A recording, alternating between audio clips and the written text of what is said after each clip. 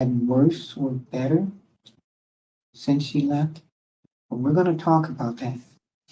Claudia Gay right here. We all know her. She's a former Harvard professor, but some people say it was a scapegoat when she resigned, but there were allegations about plagiarism and then also not really dealing with the Hamas war. We can't even take a good breath now. So some people feel at ease that she's gone, and some people feel she was pushed out. But there are some people that really wanted her to stay. And there's a section of this situation where, well, she's considered a role model. And you ever been in a place or a situation where you don't really feel or see like you're seeing somebody like you? So let's think about this with African American women. So she was the first African American and first African American woman at Harvard and the shortest term ever.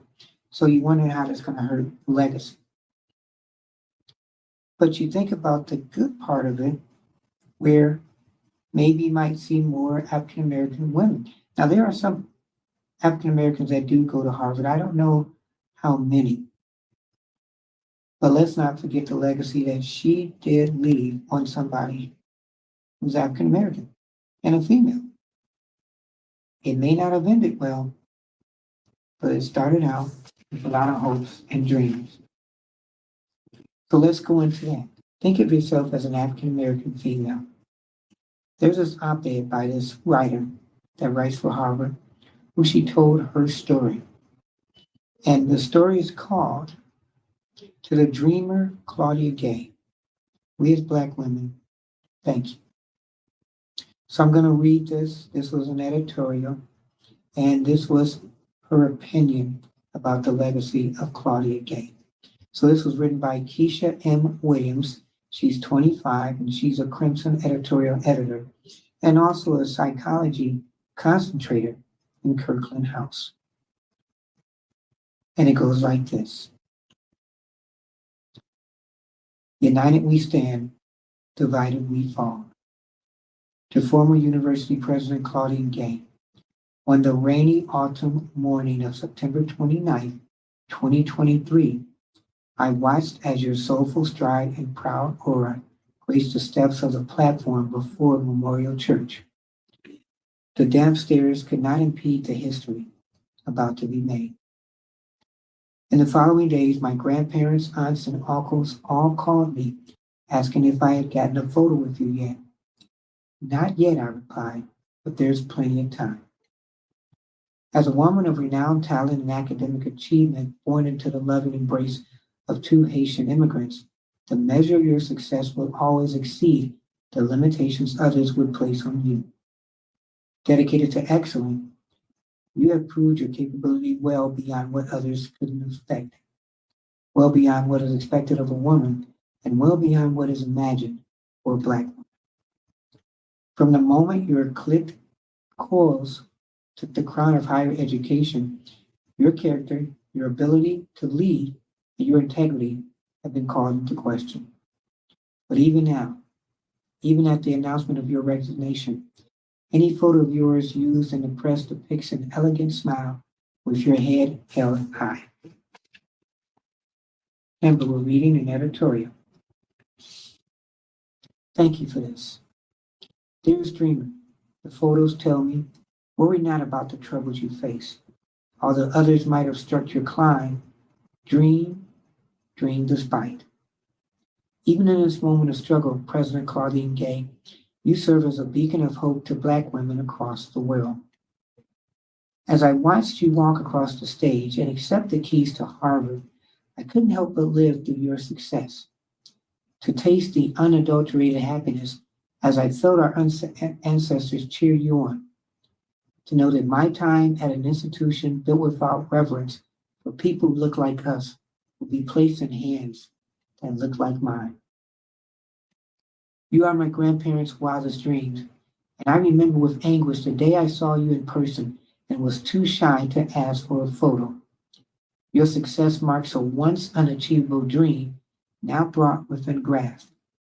Your smile made me, your smile made my own high flying dreams feel accessible and beat back the self doubt of the racism I experienced as a child and the racism I experience now.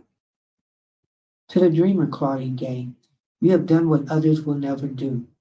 You will forever be the first Black president of Harvard University. You claim the highest honor in higher education, and you did it with effortlessly grace.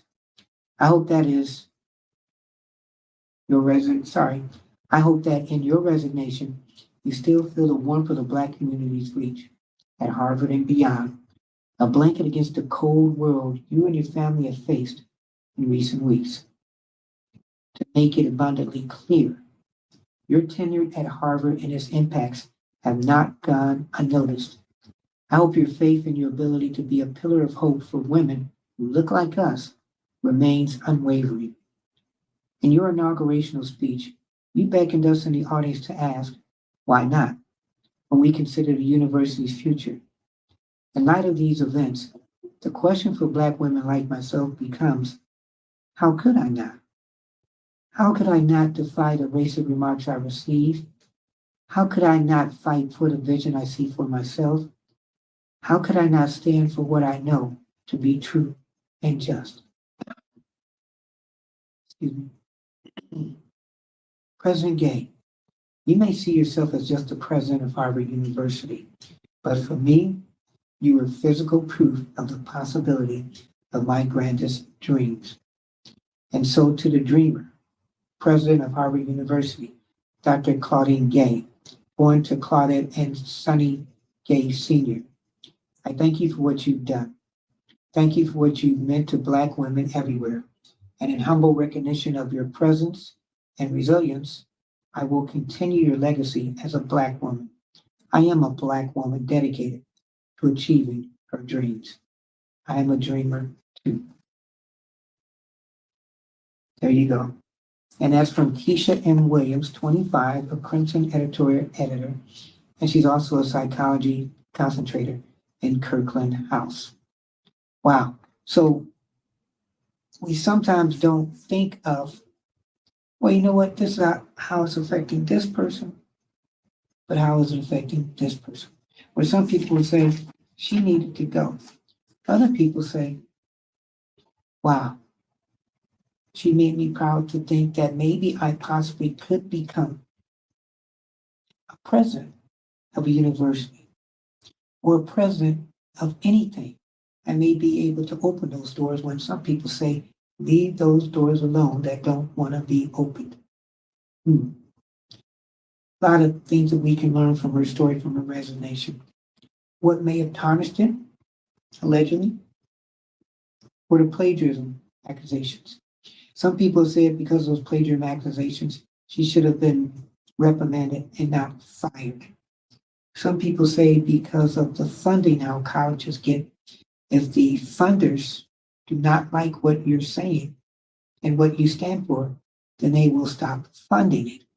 If there are accusations of mental illness, people threatening people, causing mental illness at a college, then the government will stop the funding. So was this, as Claudine has said, the pressures of her leaving because of the pressures on her? Now, throughout this, she didn't really apologize. We're going to do a commentary on that and talk to you about that. Where when she left, she did give her own commentary.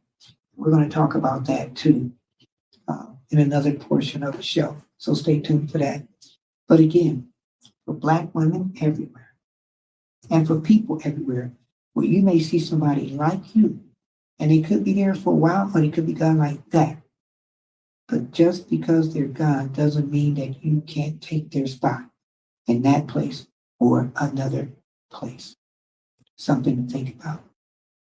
I'm Anthony Parker, keeping it simple, keeping it honest, and of course, keeping it real.